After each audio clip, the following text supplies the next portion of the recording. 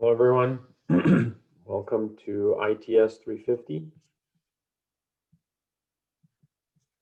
Okay, so today we're going to continue with our discussions of cryptography. You should be seeing the syllabus, or sorry, the bright space at this time. So you can see the last topic we were looking at was RSA. We did this last week, so you are working on this assignment, PKIB, which is due Thursday.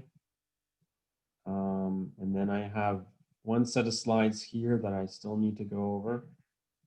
I went over the code last week, and I went over some of the items in the lab. Okay, so today, you can see I've added 2 new modules after the exam. So I've graded most of these exams, and your grades are posted. If I think I still have a few. Unfortunately, I'm grading these one by one, given how it is set up in Brightspace. But I should have the rest of you probably by tomorrow. Most of you I've graded them, and the exams look good. I mean, overall, I think it's the same types of errors that I noticed. Problems, I think 3, 8, 9 were the ones where there was the most trouble.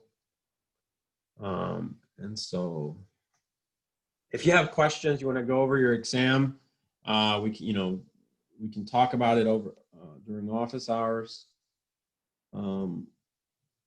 or maybe on Thursday, or at some point we can go over specific questions.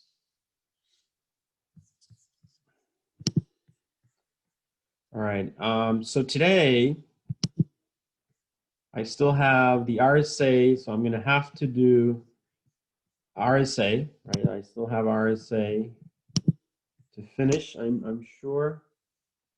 And so I'm going to continue with that. Right, so as I said, most of you have been graded. I haven't graded a few exams. I'll have those by tomorrow. All right, so as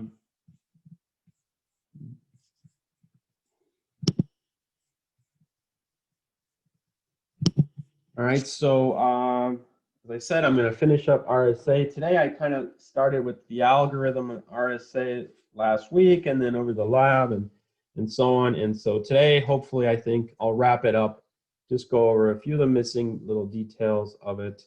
As I said, the understanding RSA, it's really, I want you guys to have an understanding of the basic ideas, the basic intuition, so that you don't think it's some kind of a mystery, basically.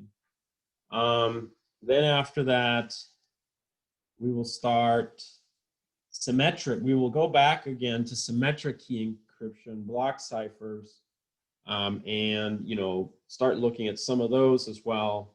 Get into more of the details of symmetric encryption algorithms. The lab for this week, it'll be the Xor lab, which is basically the main code, a little bit of Python code to help us to understand how to do XORing. And then, because as you know, for the block cipher algorithms, XORing is essential, right? So this will, then we can build around it to try to implement, a simple algorithm like DES or something like that.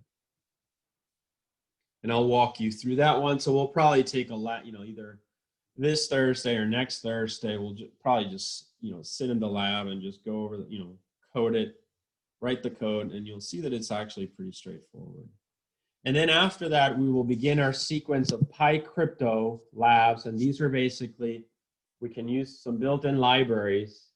And the goal there is to, and this is described in your book as well, PyCrypto. And it's just, a sequence of libraries that will allow us now that you've looked at most of the algorithms in encryption, most of the main ones, for symmetric and asymmetric encryption, we will be able to use all of them together right, to achieve all the principles. So as you might imagine, whereas before I would ask you, you know, deal with confidentiality or deal with integrity, or maybe combine two of them.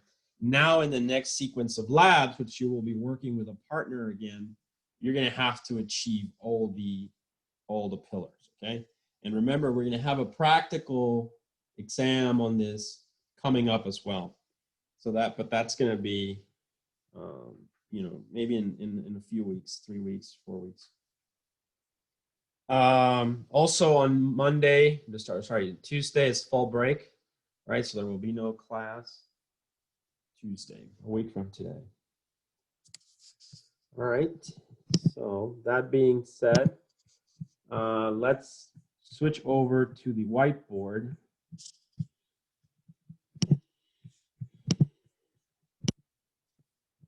Okay, so you should be seeing the whiteboard now, and we are going to go over some of the crypto ideas.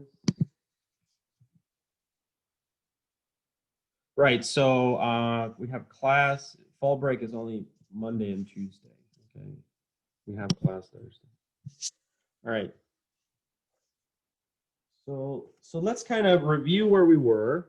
Let's review where we were and then pick up from there. So it's the best approach. So we were talking about, and we're going to continue, so asymmetric encryption. So that's the first thing. We were talking about asymmetric encryption. And in particular, we were talking about the RSA algorithm. And I've given you already some background on RSA. I've given you some background on that.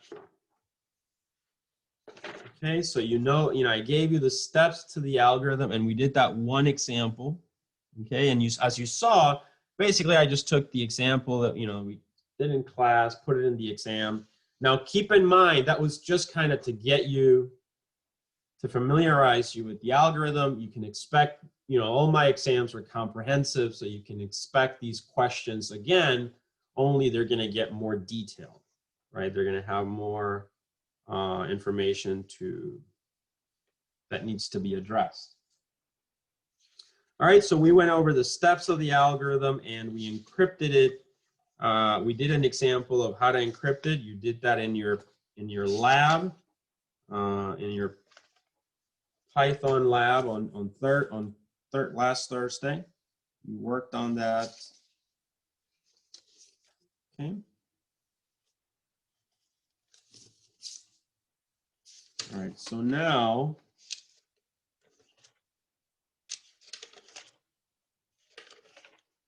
let's talk a little bit about RSA again in a little bit more detail.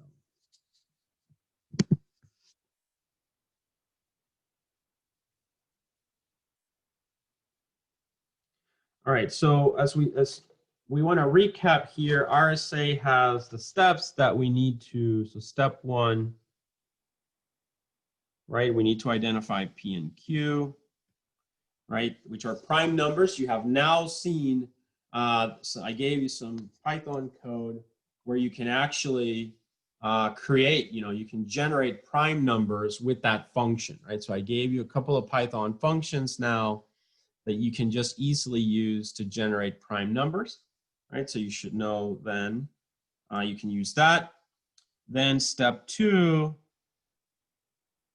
we are going to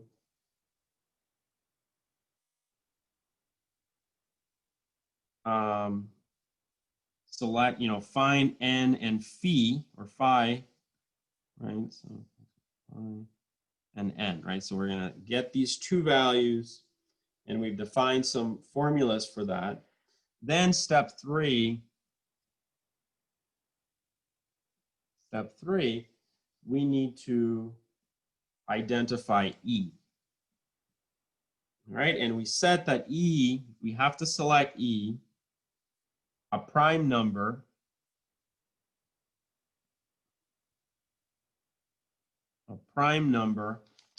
that is between 3 less than E and phi or phi. All right. And this, and also I had said in some additional constraints, which in this case now we can define in a little bit more detail. So E should have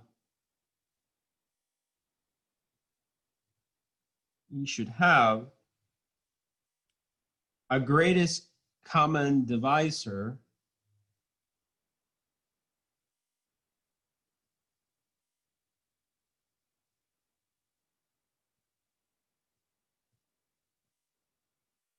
of 1 with phi.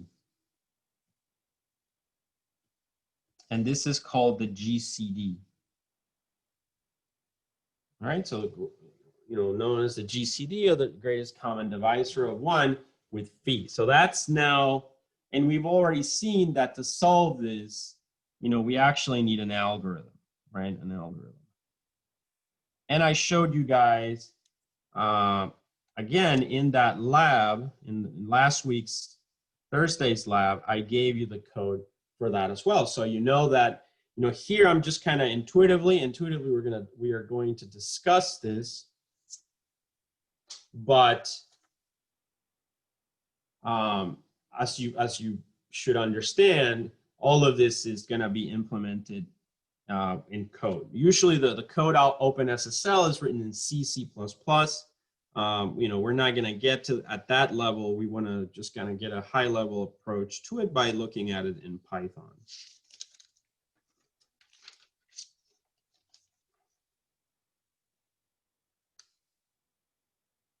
Now, then after that, step 4. In step 4, we are looking for D. Oops, I should say step 4. So step 4, we are looking for the private parameter or exponent, right, which was D. Okay, so D. So now because the prime number E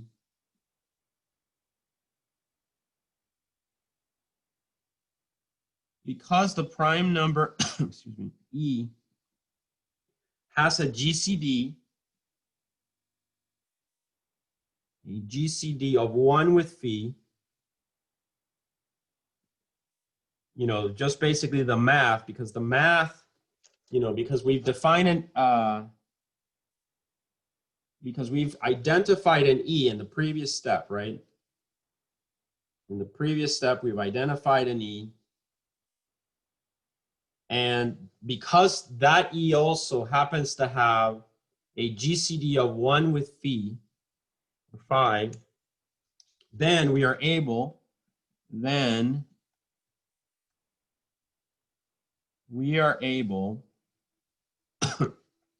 to determine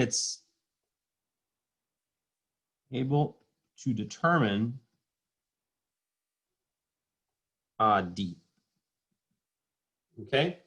And this was that function, if you remember, the inverse, right? So the inverse was that function that, again, you saw this in the Python code that I gave you and that we described on Thursday. Okay, so that I gave you that as well. All right, so and that basically what that code does is it kind of solves for this. So it solves this, right? And we were given that formula DE, sorry, it's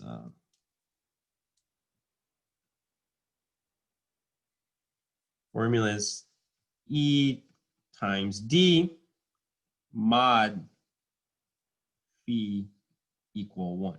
So we can solve that expression there, given that we have all the parameters, and that will be solved by the code itself.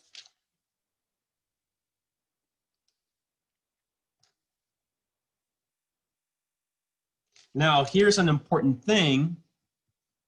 RSAs, and then we concluded that given all those parameters, we end up with the public key, which is what?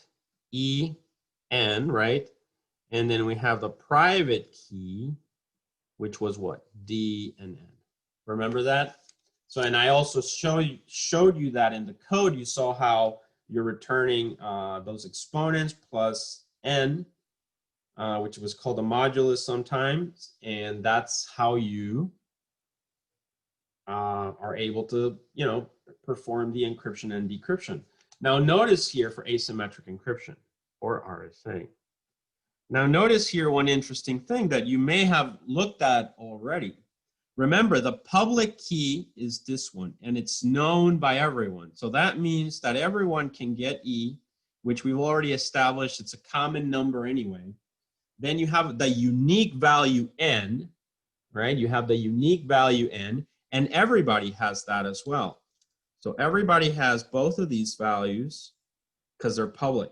However, in the private key, you keep the private key private. Now, people will have this value of the private key, but they don't have this one, okay? So this value is what, is the one that is going to remain private. And so, a lot of the security depends on that.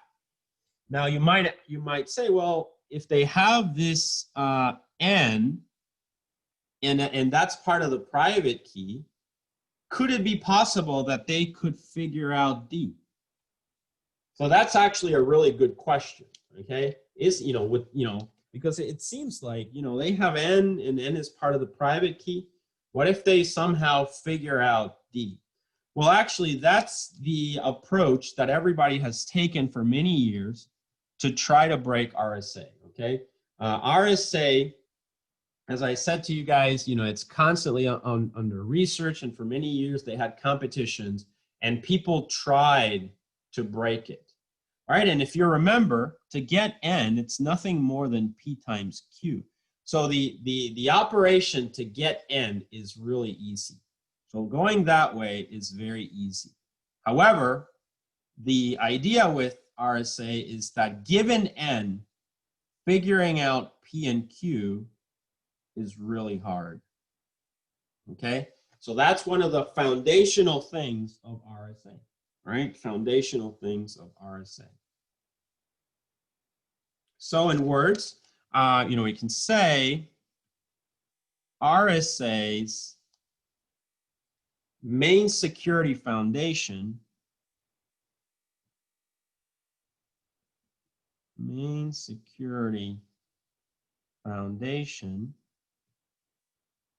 right, relies upon the fact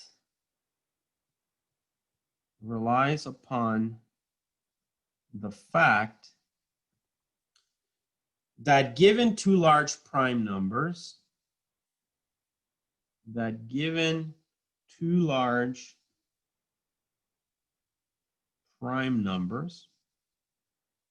which in this case are P and Q, which you already know how to calculate or generate.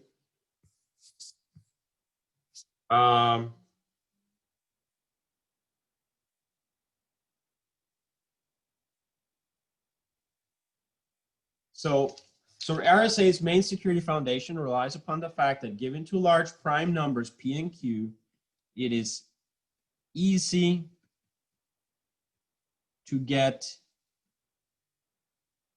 N, but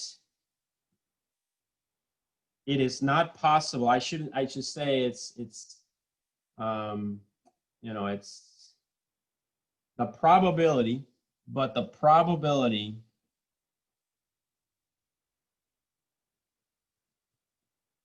of getting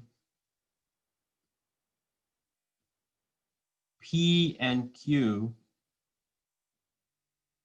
from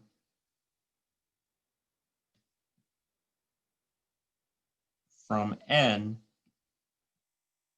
is really hard, or almost impossible.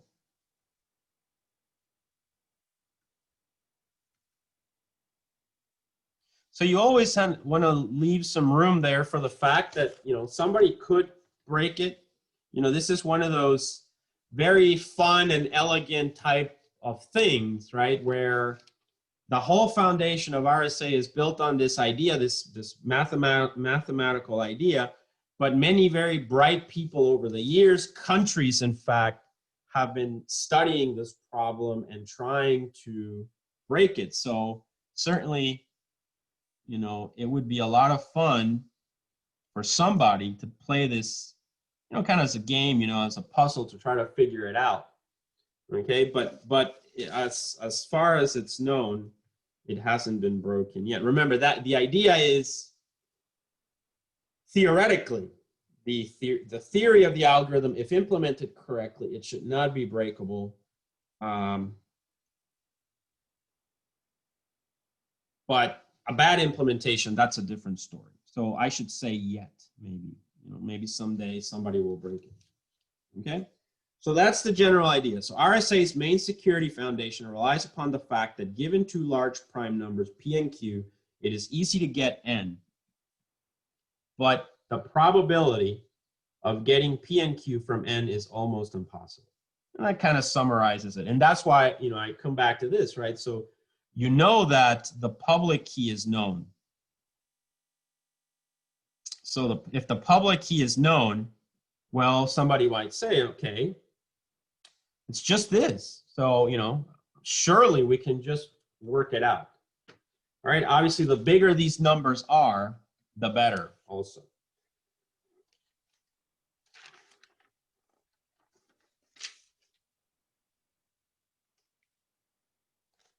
Because think about it, if you break, let's say that you were able to figure out P and Q from N, then now you could go over here, you know, you can figure out, if you have P and Q, you can figure out N and phi. And then from there, now you could try to just work your way through this to figure out E and D. And then basically you have, you know, solved the algorithm. So it all lies, or it all relies on that principle.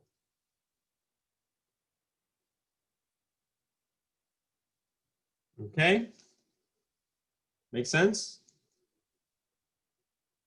Yes. Yeah. Great. All right. So, you know, one thing I always tell students in this class in 350, because you have to do a project at the end of the semester, you know, is I'll give you an automatic A if you can break RSA. So, so that's how hard it is, right? But definitely, what you could do in the project is you could try to figure out ways that to at least approach the problem, even though you probably will not succeed. All right, so let's look at a little bit at this part of the algorithm here, right? So go back to the GCD, the greatest common divisor. We'll just explore that a little bit more in the next set of examples to kind of clear that up. Although, as I said, a lot of this is done through code anyway, but it's good to have an intuition. So we'll do some things by hand.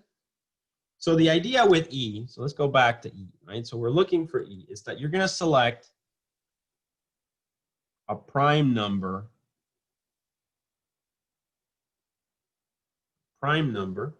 in the range, and you already saw this code as well on Thursday. So you're going to pick something in the range of 3 less than E less than 5, right? Normally, E is just set to 65,537, and we also saw that, right? It's just, it kind of just works that way, okay? And that's it, and that's true because you're going to basically pick a set of prime numbers that give you phi, and then you're going to say GCD of 65,537 and phi, or phi. And that has to be equal to 1. So if that condition is met, you just go. If for some reason you picked a couple of prime numbers that give you a fee that doesn't give you this, then you just pick another set of prime numbers. Right? That's basically how it works. And it works out to be more convenient to just use 65537. So it's better to just recalculate the prime numbers than to try to use another E, right, for efficiency.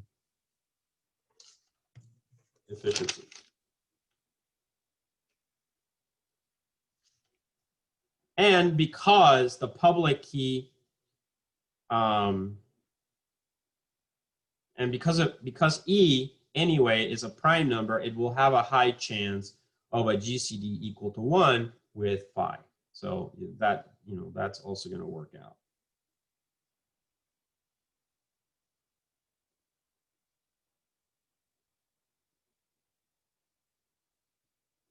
Now, as far as calculating D, if you remember, I'm not going to go into this algorithm, given that it's a little bit outside of the scope of the course. But let's just say that, remember here we're calculating D, which is, Dn will be the private key, right? So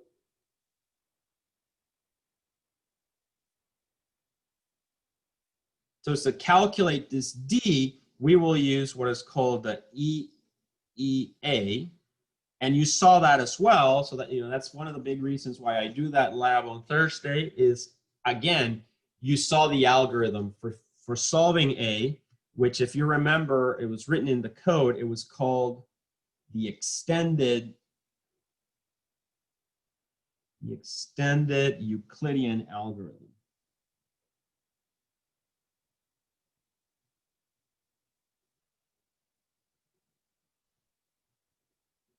And you actually saw we weren't, in that code that I provided on Thursday, I wasn't even using any libraries or anything like that. It was all, code from scratch. So you could see that it was really not more than like 15 lines of code, pretty efficient code that would do this for you. If you have more interest, I strongly recommend that you look into that algorithm, play with it a little bit, and you'll have a little bit further knowledge of it. But, as far as the course, we're just going to say that the extended Euclidean algorithm, or EEA, is what helps us to figure out the parameter D. Okay. All right, so let's do yet another example. Kind of drive, as I said, on the exam, I gave you a very easy problem in RSA. Obviously you can expect more problems to come in the future related to RSA, and the future problems will be, a little bit more detailed. But let's just do one more.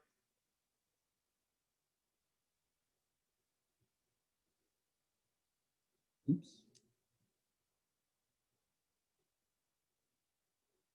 All right, so we have the RSA example there. Okay.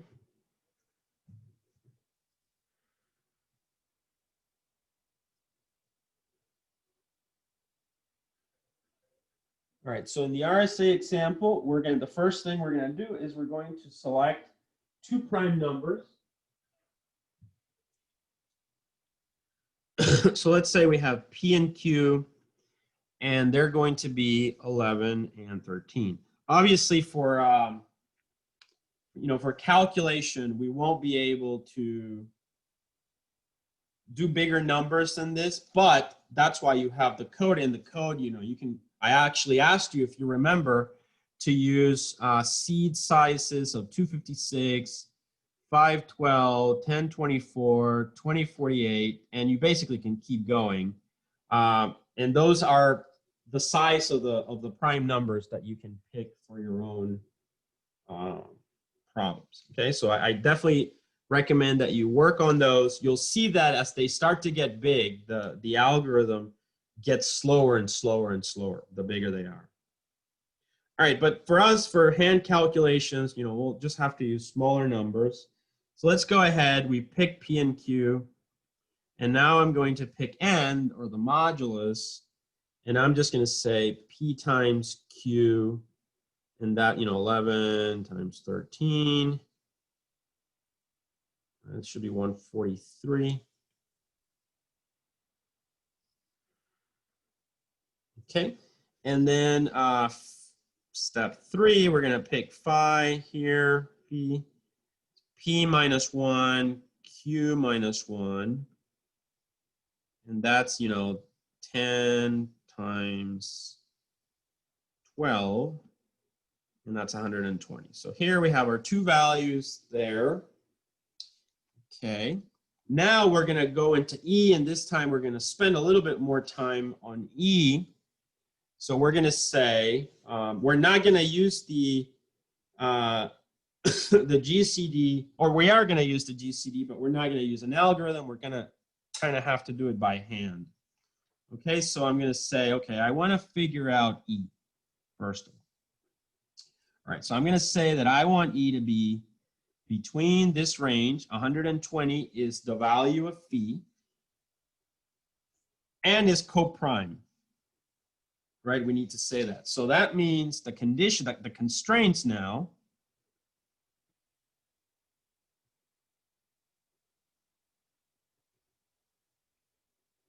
will say that we want GCD, greatest common divisor, between E, the E that we choose, and 120, which is phi, and that should be equal to 1. Okay, it needs to be equal to 1. So that's the constraint that we need to meet. So that means we're going to have to pick some values. All right, so we're going to say, so we're going to look at some coprimes. I'm going to pick 2 coprimes. Oh, I want to do that. Okay, so I'm going to try 2 numbers. I'm going to say I'm going to try 5, and I'm going to try 7. All right, and one of those could be the appropriate E. So the first one is, I'm going to go in and I'm going to say GCD of 5 and 120. So I need to figure that one out.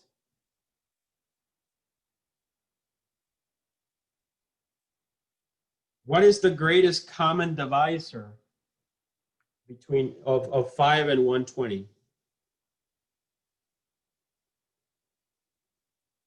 Let's actually try 3 as well. What's the greatest common divisor of 5 and 120?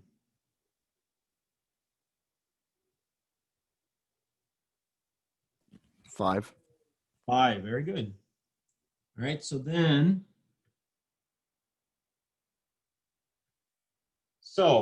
can 5 be E? No, Why not? because that's the equal 1. Okay, very good, excellent. Perfect. All right, let's try another one. Okay, and this is what the algorithm is doing itself.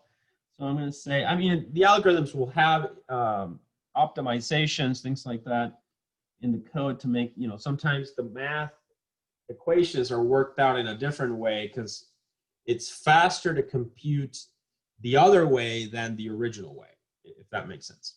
So let's try GCD of 3 and 120. What is the GCD of 3 and 120? 3. 3. So this one cannot be a E. It's not the candidate does not check out. What about GCD of the other one, 7 and 120? 1. 1, right? Okay, very good. So given that it is 1, what would you say? Could that be the E? Yeah. It can, right? So in this case, in this example, just simple example, that's the process. Okay, so that's what what this is for. This example is just to kind of illustrate the process here. So that would give us 1, and those 7 meets the conditions. Meets the conditions, and therefore you go with it, right? So you're going to use it. As I said, in general, 65,000, I think I wrote it over here, would be usually the value, because that's kind of how this is going. Okay. Professor Calix, if I could ask one question. Yeah, go ahead, please. So I understand that the GCD of 7 and 120 is 1, but could you just kind of explain a little bit why that is? Because that's something I'm a bit confused on. Why is that value the greatest? Or like, why is it equal to 1? I guess that's something I'm kind of confused Why about. is this one equal to 1, or why is this one equal to 1? Why is the GC, the one on the right-hand side? A or B? A. Yeah, A, okay. If it was B, I would just say because that's math.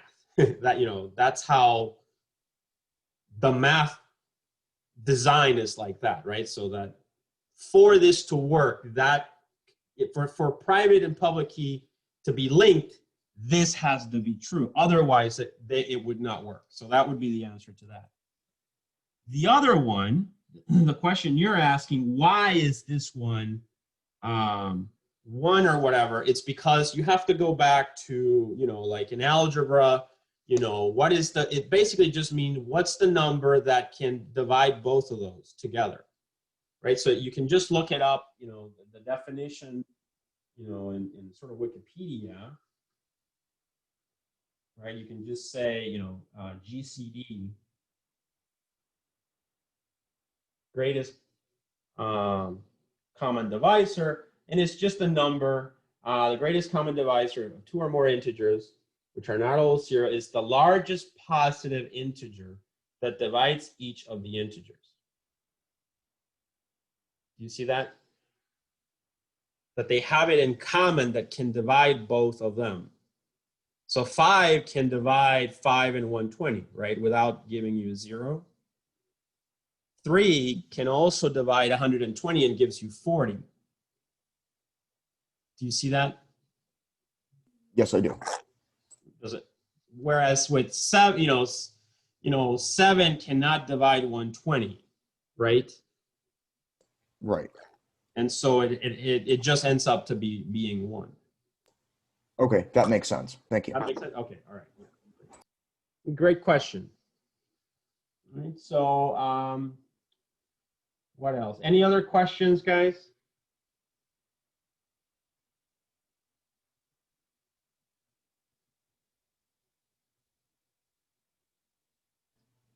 All right.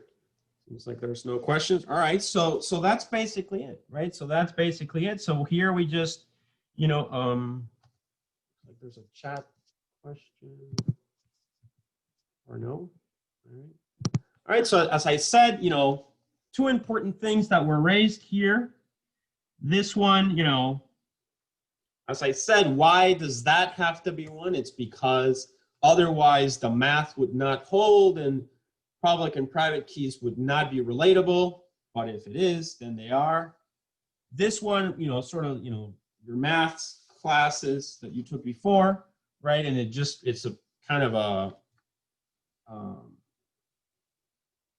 you know, kind of just a thing that divides both of them as I defined it, right? So in mathematics, the greatest common divisor, GCD of 2 or more integers, which are not all 0, is the largest positive integer that divides each of the integers, okay? And then it's usually referred to as GCD of X and Y.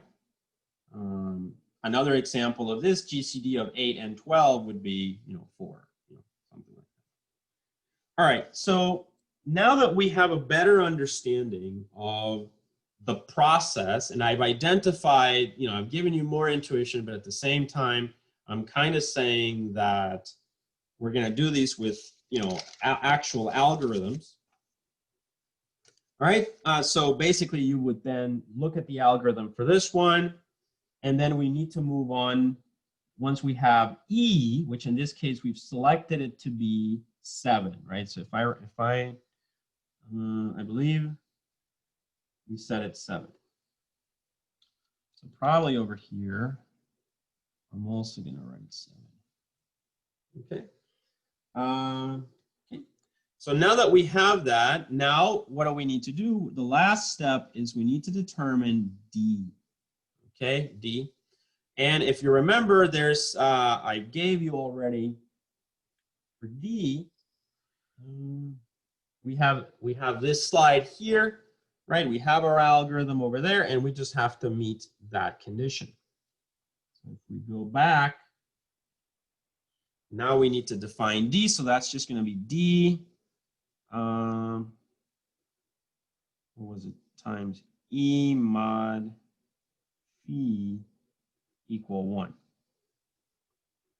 All right, so that's our formula there. So then we know that we need to figure out D. We don't have that, but we have E, which is 7, mod, and phi, I forgot what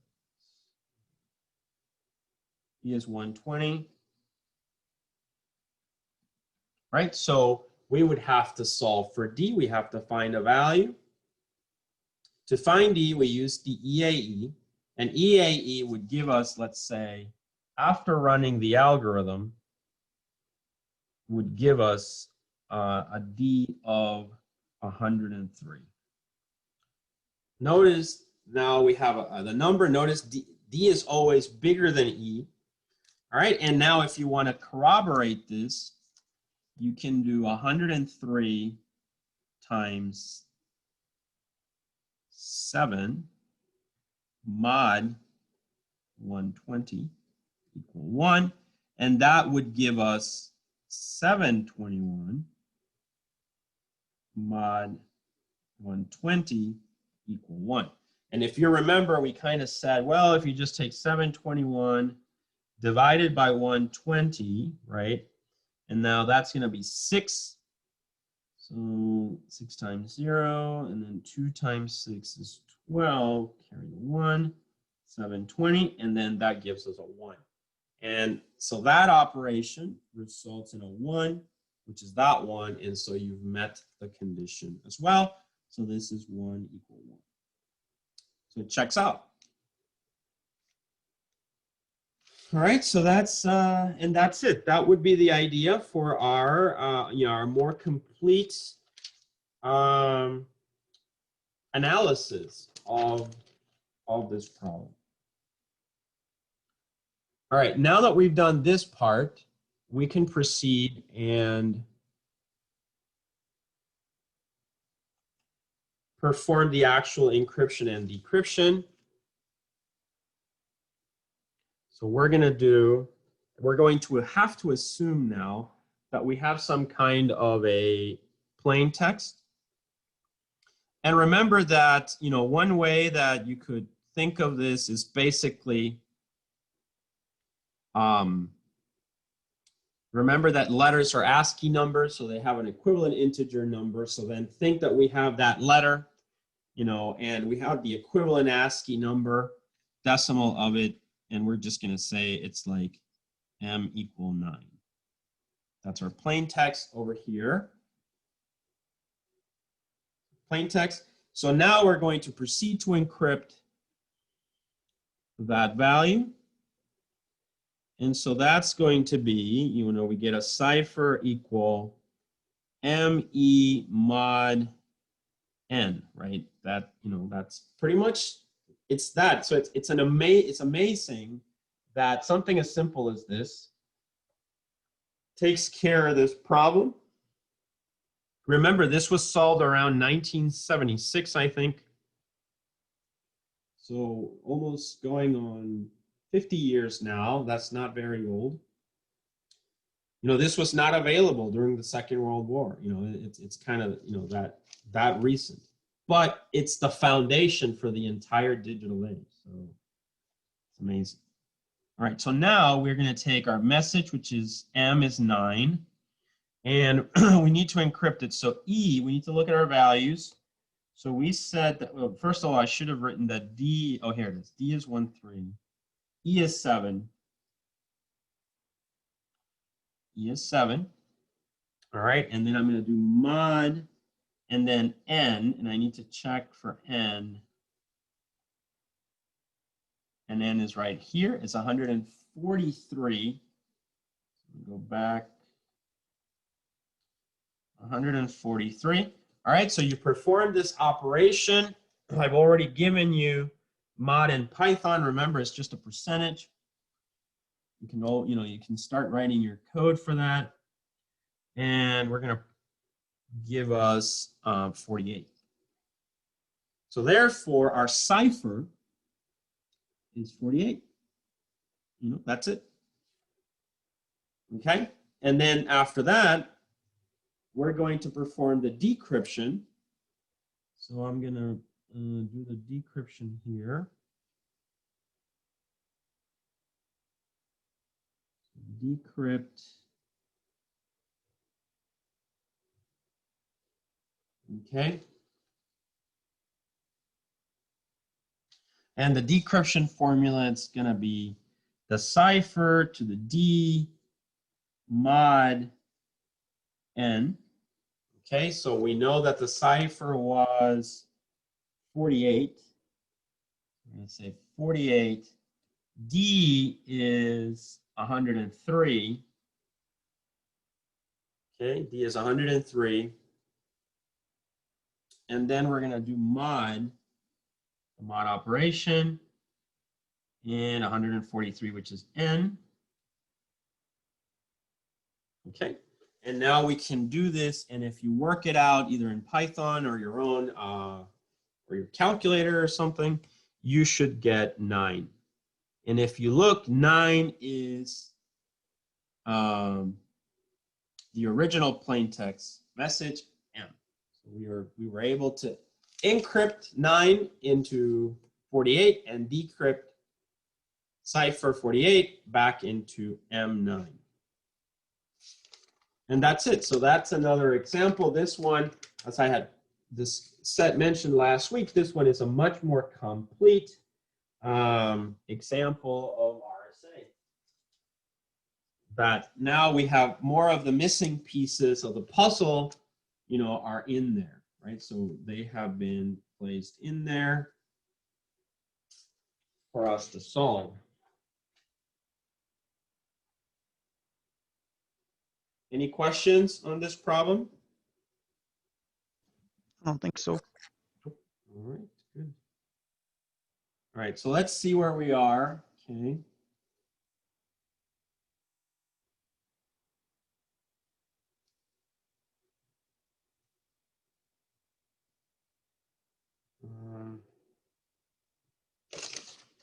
So I'm just making sure I've covered everything.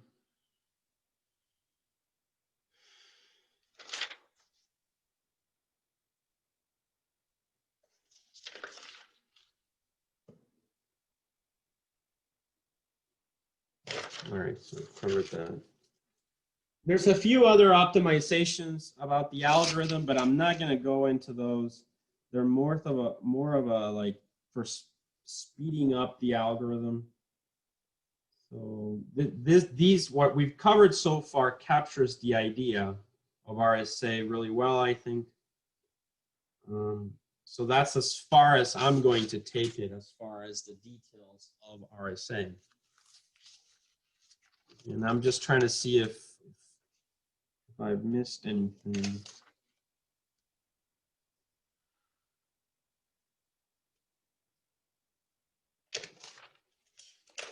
I mean, there's a lot of very interesting little, like, because of this happens, and because of this, that happens, but, we're not going to get into that.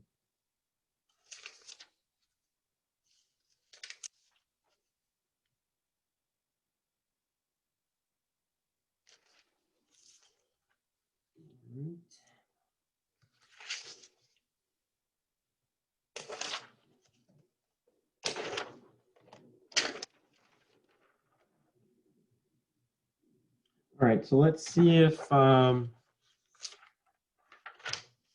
do have another example here, but I might just save that for another time.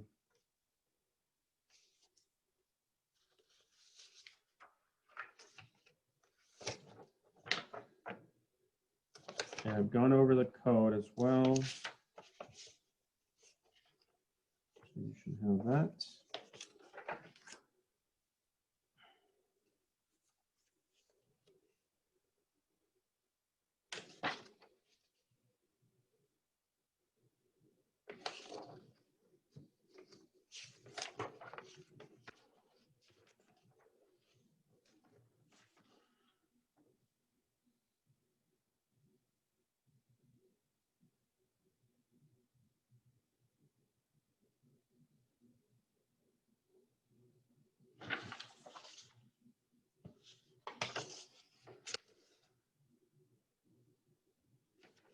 All right, so that's pretty much RSA then.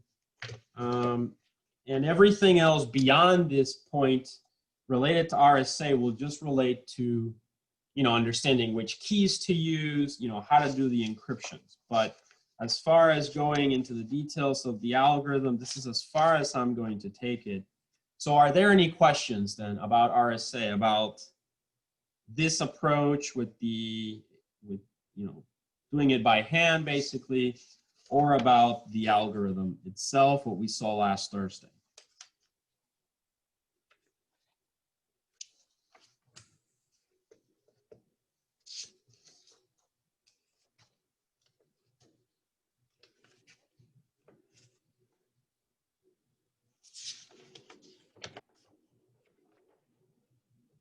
No questions?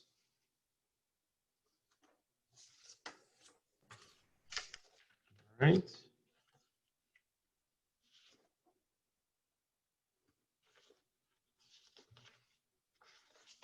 All right, so if there are no questions, then it seems like there's no questions. So hopefully this is clear. I hope you, in particular, I hope you appreciate the beauty of this. I mean, it's honestly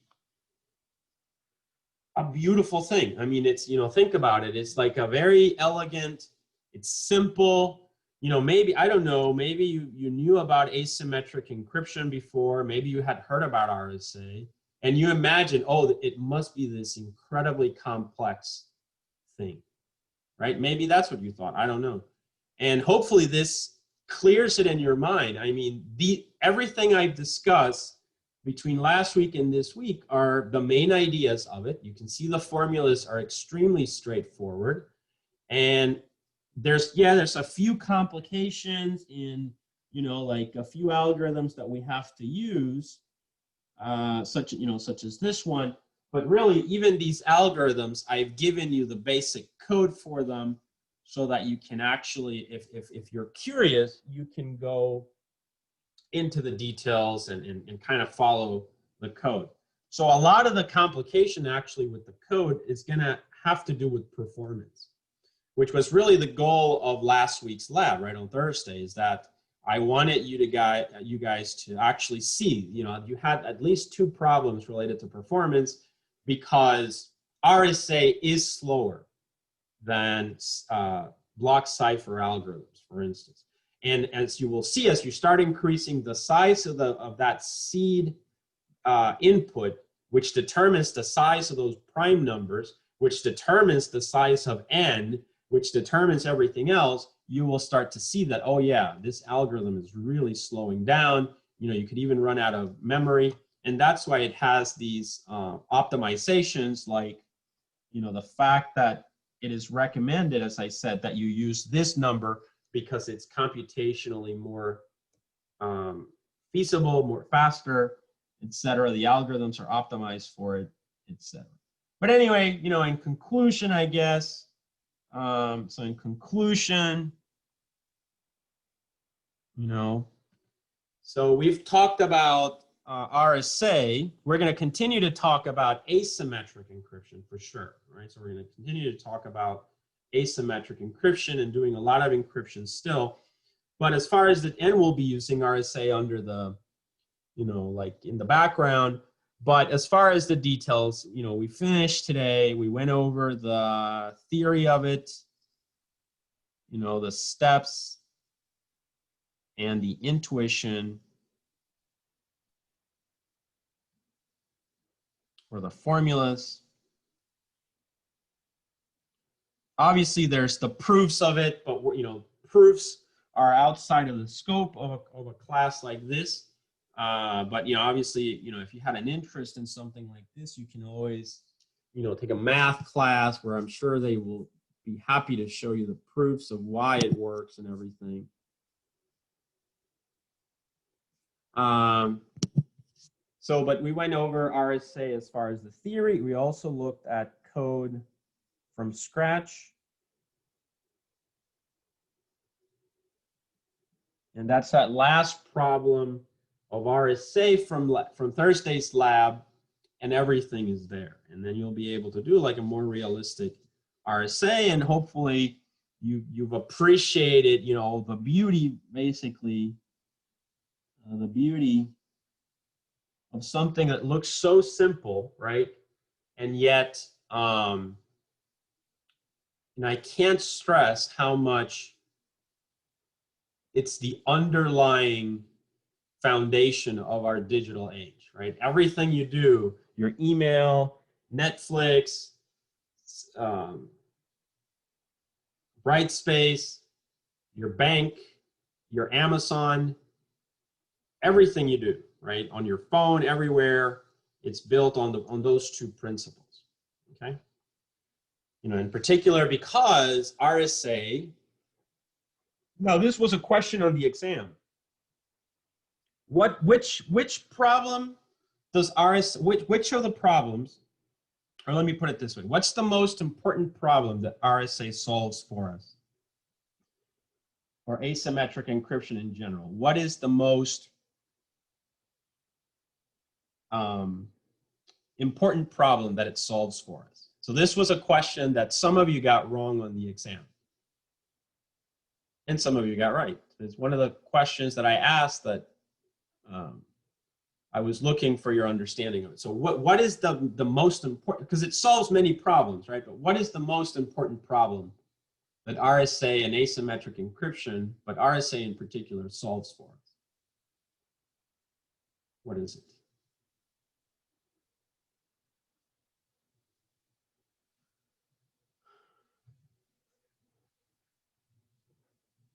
Come on, all of you that got this right, if you know, what was it? You know it. What's the most important problem that RSA solves for us in encryption?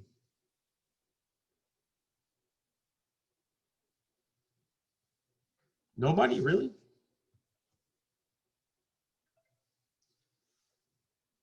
Come on, guys. What's the most important problem that RSA solves for us?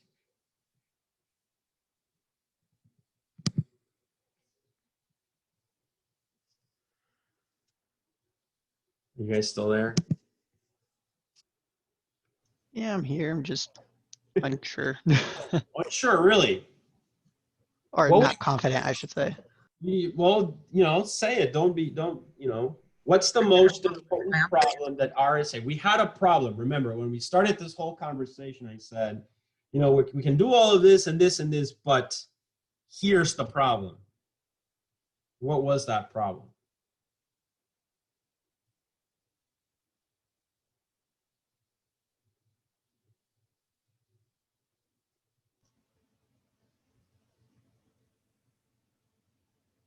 Key exchange, right? Key exchange. Let's see. Somebody, when I said it, somebody wrote something in the chat. But yeah, not the, now I should say, see, be very, so this is one thing, be very careful, guys, when you say things. So for instance, saying the private key exchange. What should you do with your private key? Should you ever exchange your private key? No, it always stays secret. Never, right? So be very careful, because little things like that, if you wrote stuff like that on the exam, you had to lose points. And you see that, right? You can't, if you exchange the private key, that's definitely not, you know, something you should do. And so, you know, just, you know, be mindful of that. But very good. Yes, exactly. The key exchange. Exactly. That was the problem. And RSA solves that. And that was a huge problem, because otherwise, if we didn't have this, you guys would have to go to coffee shops all the time to exchange keys, have a little book. You know, we'd all have this little notebook of all of our, okay, what's my key for Amazon and so on, right? And we don't need to do that. And so that's, that's the beauty of RSA, right? And so far it hasn't been broken. And, so it's an amazing thing. All right, well, that's pretty much all I had to say about RSA. Pretty exciting. All right, so now, as I said, we're going to continue to use asymmetric encryption for sure, but we're not going to get so deep into the algorithm anymore. Okay, we're just going to now kind of start using it as we do basically with OpenSSL, that approach, or when we start using PyCrypto, that other library that's used in the book. We're just going to use it without actually worrying about writing the algorithms from scratch. And as I said, I'll say one last time, I've given you the algorithm from scratch really so that you can appreciate the beauty of this, that it's just simple algebra. Some smart people came up with some ideas and it has worked tremendously well. All right, so now that we've talked about that, so I should just say one last key exchange. So that's the problem that it solved. All right, so now we can move on. As I said, now we're going to go back to symmetric key. Symmetric key, now that we have a little bit more understanding of things.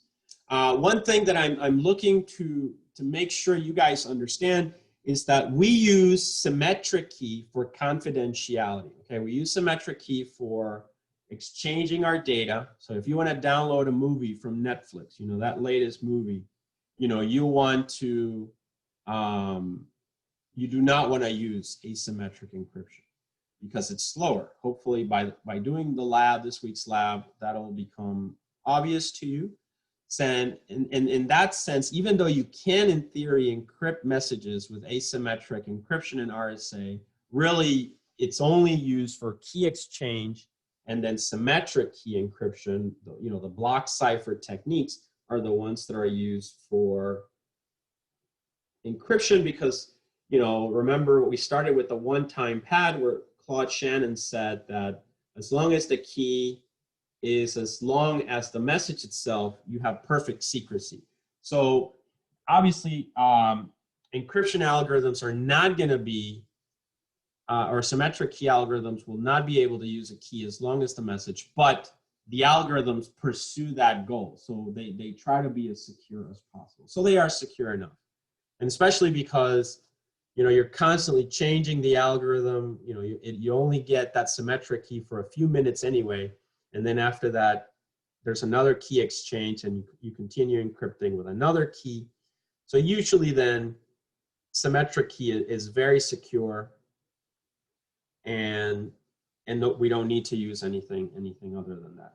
All right, so now that we've finished with RSA, we're gonna go back to symmetric key encryption over here.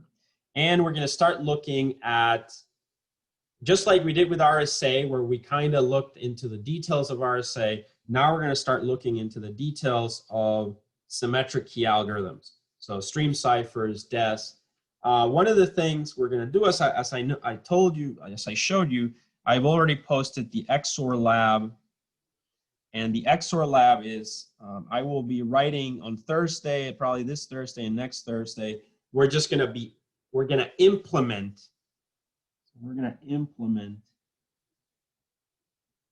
DES. Okay, so we're going to implement the data encryption standard in Python just so that we can also see that algorithm kind of written from scratch. And you can see that it's not really that, it's more complex, in the sense that it's just got a lot more things going on, but it's also pretty simple. All right, so let's start with this then. All right, so now we're going to move on to a new topic of symmetric key encryption.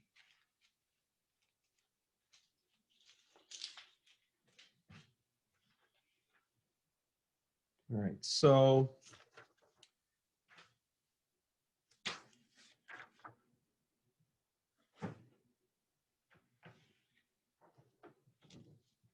okay.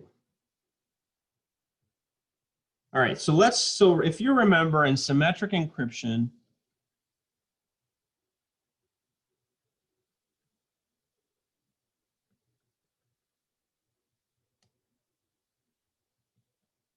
in symmetric encryption, that we basically had two things. And this was another question on the exam that most of you got correct, which is, what are the two types of symmetric encryption? So we have basically block ciphers.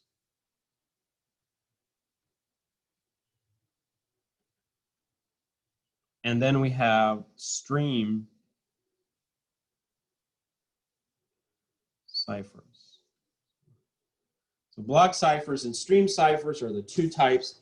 So now we're going to go into a little bit more detail about stream ciphers.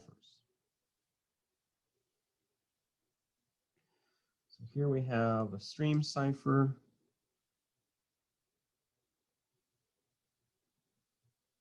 All right, and I asked you guys, we had seen in the slides before that this is basically the one where you have on a per byte basis, right? So it's a byte per byte basis. So you really take the message, might be like this, and you grab the first byte and then you send it, then you grab the next byte and you send it, next byte, and so on. And you're encrypting it that way. Okay? So the idea with the stream cipher is actually going back to the OTP, right? So Shannon's OTP, or the one-time pad, right, that he defined to be secure. So the problem is, with that one, the key needed to be as long as the message. So then other people came up with the idea, well, how can we do that in a different way? Right, so maybe the idea here is let's try to make, so somebody thought, let's make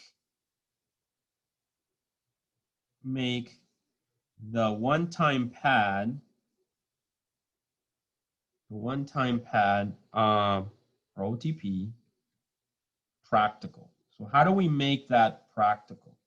Okay, because the problem is we have a message M, which might be very long, might be all of an encyclopedia, and the key, according to Shannon, needs to be same length.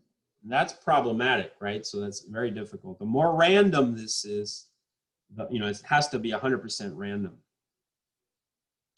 So the idea in the stream cipher is to replace the totally random key, this one here, of the OTP, with what is called a pseudorandom key. So now, instead of using this key, because it's not practical, we're going to use a pseudo-random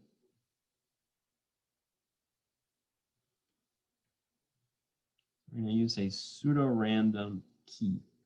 So it's not a fully random. So the way that you can think of this is that 100% random, or so. Fully random. I shouldn't say 100 because probably isn't 100%, but and then you do the pseudo-random key. So what is a pseudo-random key? Who can tell me what's a pseudo-random key? What do you think a pseudo-random key would be?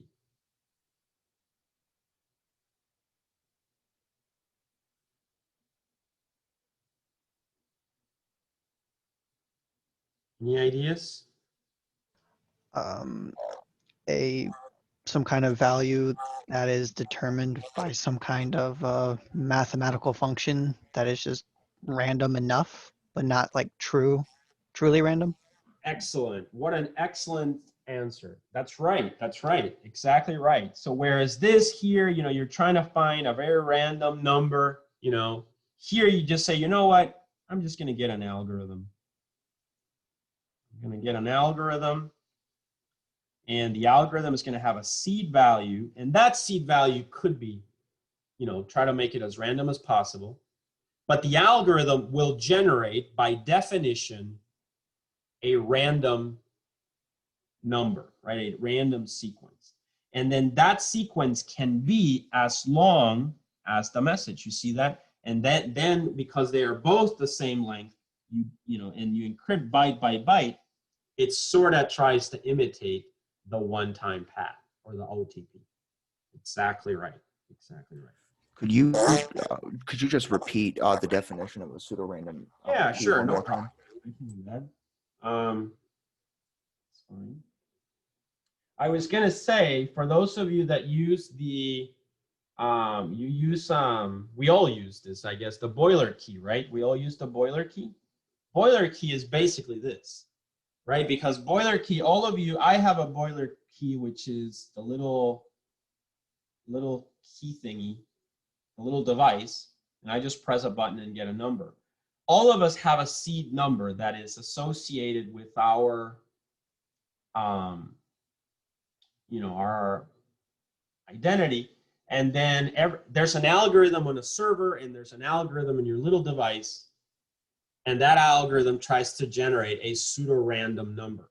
But it's always based on the seed that you share, and then therefore, when you do this in your device, right, it's also done on the server, and so they match. You see that because the algorithm, computers are deterministic, and the algorithm itself is also deterministic. But it's a kind of it's the same idea, is what I'm saying.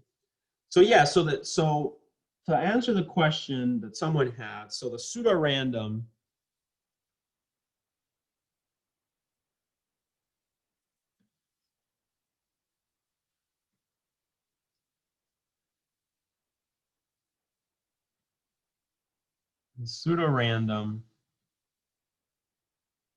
number, let's say,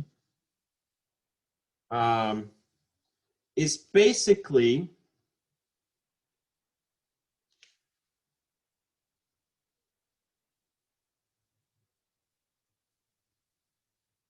it's a number generated by an algorithm.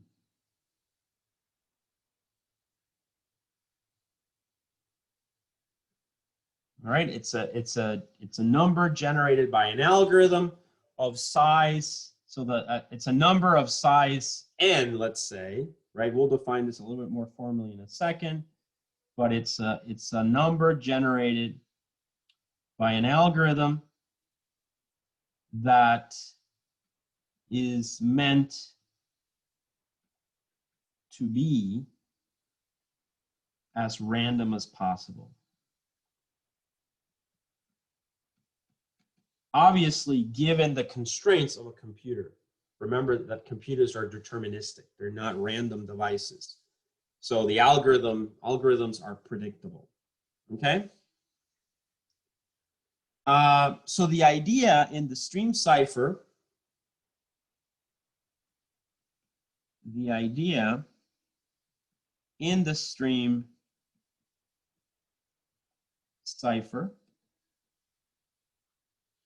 is to replace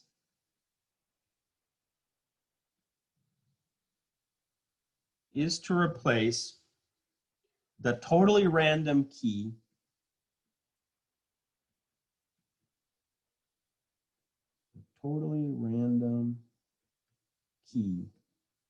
from the OTP with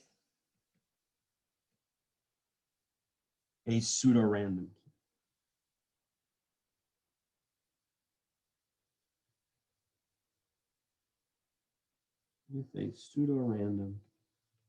key. All right, so that's the basic idea there.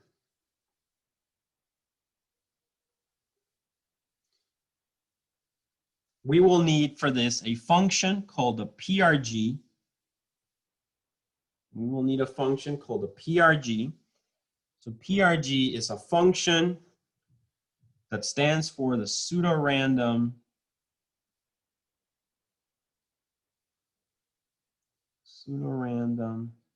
generator. Okay. Sometimes also called a function G. Okay. Now the way that it works is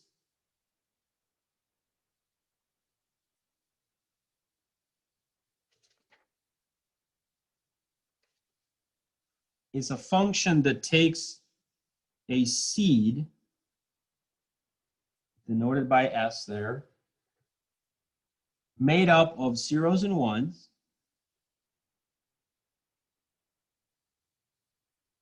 So it takes basically, so S is the size or the length, let's say, is the length of a 0 and 1 bit key. All right, so it takes that as the seed,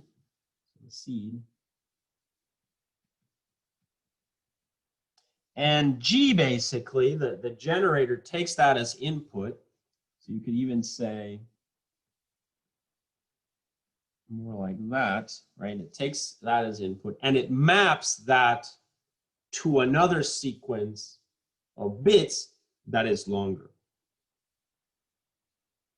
So G then, we can say G, which is or PRG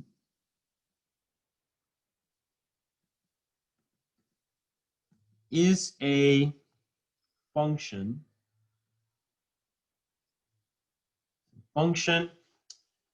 that takes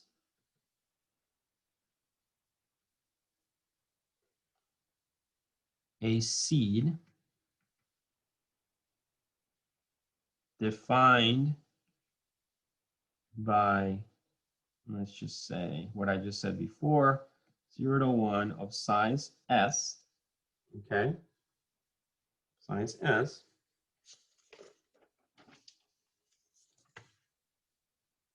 So that the function G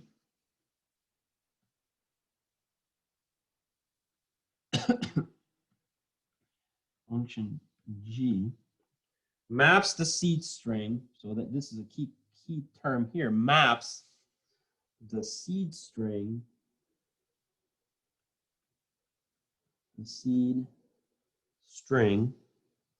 to a much larger key.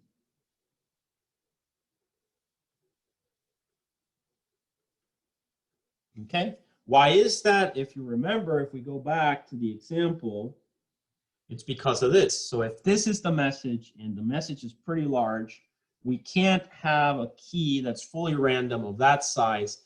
Therefore, we have an algorithm that takes a seed and that generates a sequence of zeros and ones that tries to be as random as possible and that is also really large, right, of the size of the message. In fact, the algorithm can just continue generating values, right? So that's the whole purpose of, that's why it's called a stream cipher. So given all of that, so that the function G maps the seed string to a much larger key, and now we can summarize this by saying we have the function G, which takes 0 to 1 S, and it maps it to another 0 and 1 sequence of size n, where n is much, much larger than S. Okay? It's, just one way of saying much, much larger. Okay? And so that's the definition of the pseudorandom function, G. Are there any questions? Not at the moment. Right, great. Now, G should meet some conditions, as you might imagine. We want things to be fast because, again, you want to watch your Netflix movie, today, not tomorrow, right? And so the function G must be efficiently computable. So that, it should be fast. We know that because it's going to be generated by a computer, it's deterministic. And really, only the seed is random. So really this function, so so think of the function as this, right? This is the function. So I don't have room here, so let's go over here. So if we think of the function like that, right, I should say that this part, which is the seed, is random, or should be as truly random as possible. The algorithm of the G function that does the mapping is deterministic. And that just means it's an algorithm in there, so it's predictable, okay? Because it's it's a sequence of statements, etc.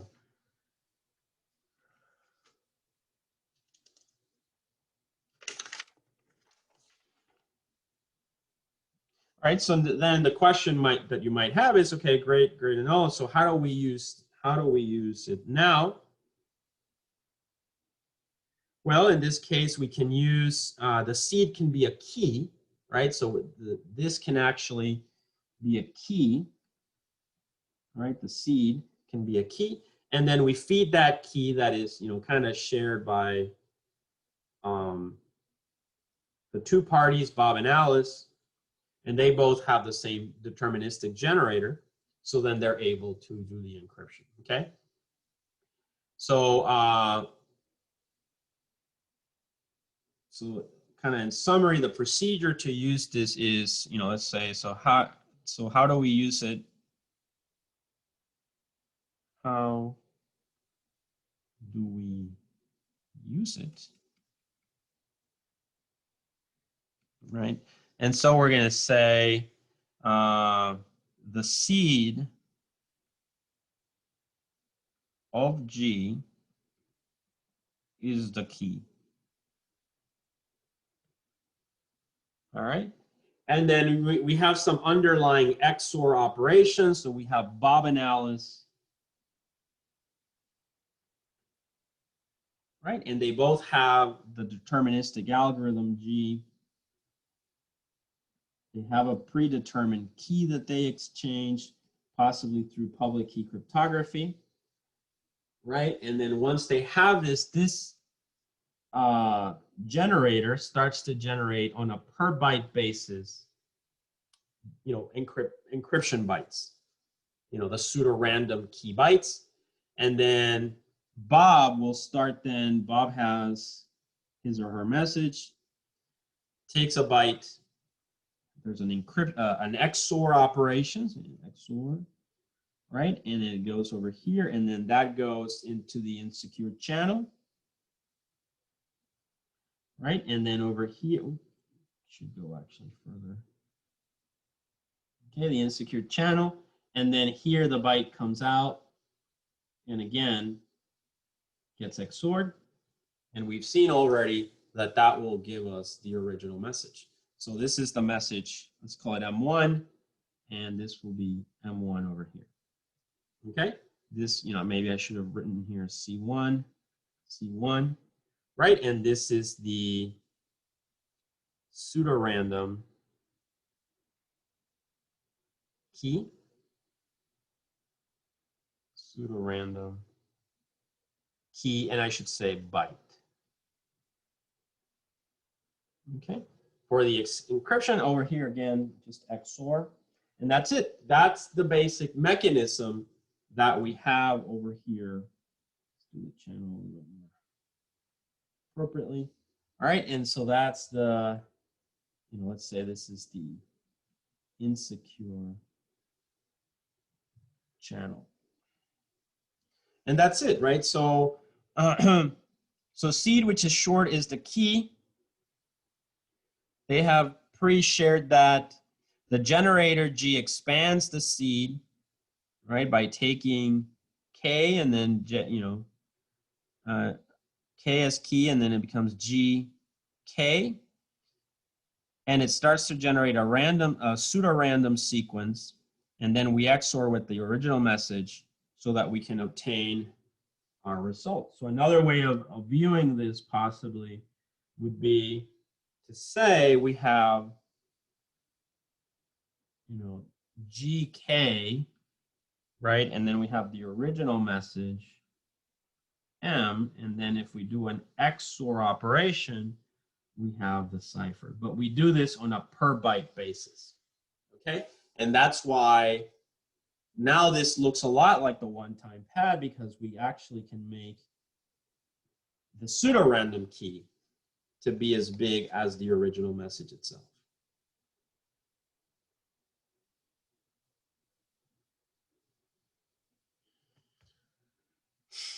Is this clear, guys? Does it make sense? Yeah, I think so. Think so? Any questions?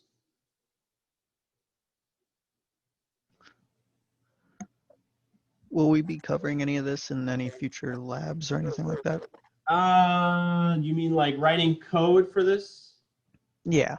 Not for this one. We're Okay. not going to write any code for this one. It's still in the textbook, I'm sure, though. Right? Yeah, it's in the Yeah. textbook. So what particular question do you have? I thought this was simple, actually. So what's the, what would be something that's confusing you? It's not so much that. I just like to get some form of interaction with it, like hands-on, for me to like truly grasp everything. Like I understand the general concept, but I never feel super confident in it until I get more experience with it. Is the main You thing. want to code it? Really just looking at other material for it and stuff just to kind of re-solidify helps. Okay. Just kind of helps build confidence for it type deal. I don't know if this is in the book. I think it might be in the book. We can always take a look at it. It really is, you know, it's an XOR operation, right? So think of it that way. It's an XOR operation. You're going to take your message, and instead of breaking it into blocks, you're going to break it into tinier blocks of 1 byte size, right? So that's all that's happening. You take the message, just like you would break it into blocks of size 128, now you break it into blocks of size byte, right? Simple enough. You're going to take that. You're going to take that block of size byte and you're going to XOR it with something, because it's just going to be a sequence of, you know, it's, you know, so let me, Oh, okay, so each individual byte just gets XOR'd and then kind of assembled together and sent over the insecure channel. that's exactly right. I mean, Oh, okay. Yeah, okay. I think I was overthinking things. I mean, it's literally this, right? What I drew here, there's nothing more to it. So let me see. I'm going to have to erase one of these because I'm out of slides.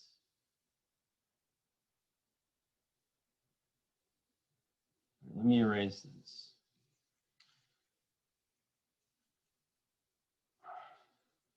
All right, so let's go over it again, right? So imagine you have a message. You have a message here, M. What do? You break the message into blocks still, but the blocks are smaller, 1 byte. Okay?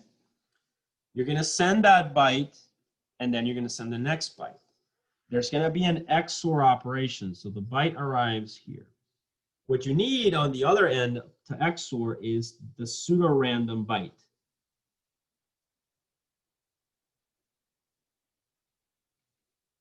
And for that pseudorandom byte, you need literally a function called a pseudorandom function. So imagine you'd have G, it's a pseudorandom function. Remember, we define pseudorandom functions as it takes in a string of bits of size S, and it's going to map it to a string of bits of size N, where N is much larger than S, okay? So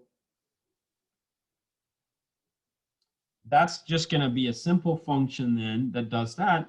Usually instead of the seed, what, you know, basically we can say it's just the key. So the key could still be 128 or, you know, any size. It doesn't really matter.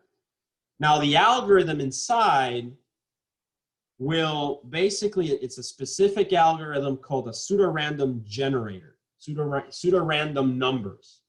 Okay, and that's, you know, those are just, you know, you can even get a built-in function in Python, for instance, that just does that for you. And what it does is it ultimately, it just, every time you run it, so you start, you run it, right? And every time you run it, it generates a byte, a pseudorandom byte.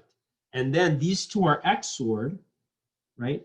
And the output of that is the cipher. So if this was M1, and let's call it this pseudo 1, then this is going to be, or pseudo, let me say, pseudo key 1. Then this one is going to be cipher 1. On the other end, Alice has the same thing. She has the same G with the same key, right? And that function is the same one because they share the same key. So it always gives them the same sequence of bytes. All right, and then given that she's going to get PK1 again, which is the pseudo-random byte. She gets C1, the cipher, performs an XOR, right? And if you remember, the XOR then would give us the plain text. Do you see that? Yeah, that makes a lot of sense. Yeah. And then you just do this for every single one. So you do this one, that one, and so on until you've sent the entire message, basically.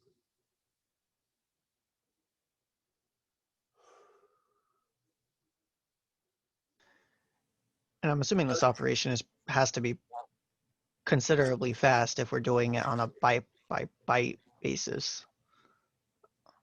Right, exactly. So that they're trying to well, it's an XOR operation, right? So this is good when you can, if you don't have to wait for the entire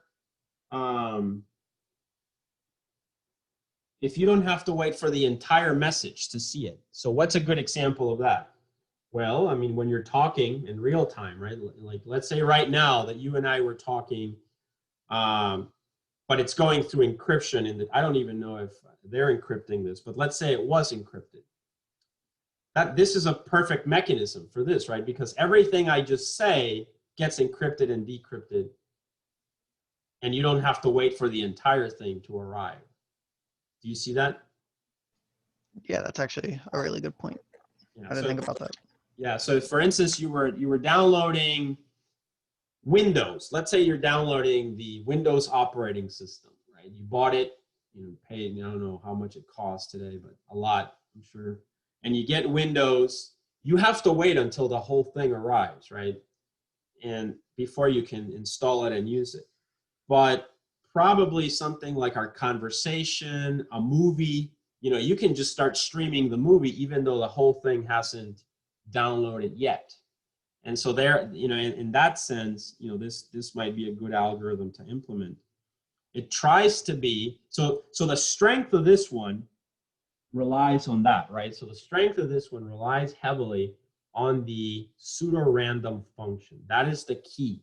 If that's a bad pseudo-random function, again, you would have a bad algorithm.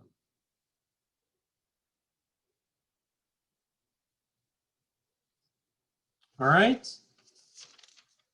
Great questions. Any other questions, guys?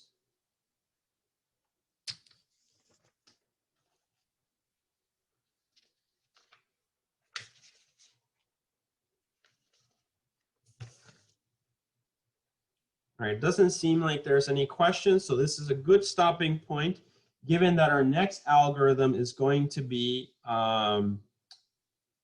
block ciphers, basically. So next, on Thursday, on this Thursday, we are going to start working on coding this. So the first example I will give you is just how to do an XOR, the XOR operation in Python. And then from there, we can look into implementing this one, and also then start to implement block ciphers. And eventually we will implement one of the well-known block cipher algorithms, which is DES. All right, so DES is although you'll see it's somewhat complicated, is still pretty accessible, and we can try to implement at least a simplified version of it so you can also see how that algorithm works. And that way, that will kind of complete our view of all these algorithms. And then after that, we will just focus on actually doing encryptions with keys, reinforcing that, and everything. Right? Once we move into the PyCrypto library. All right, so if there are no questions, I'm going to stop here for today. I'll stay a few minutes to answer any questions you might have. Otherwise, I will see you guys on Thursday.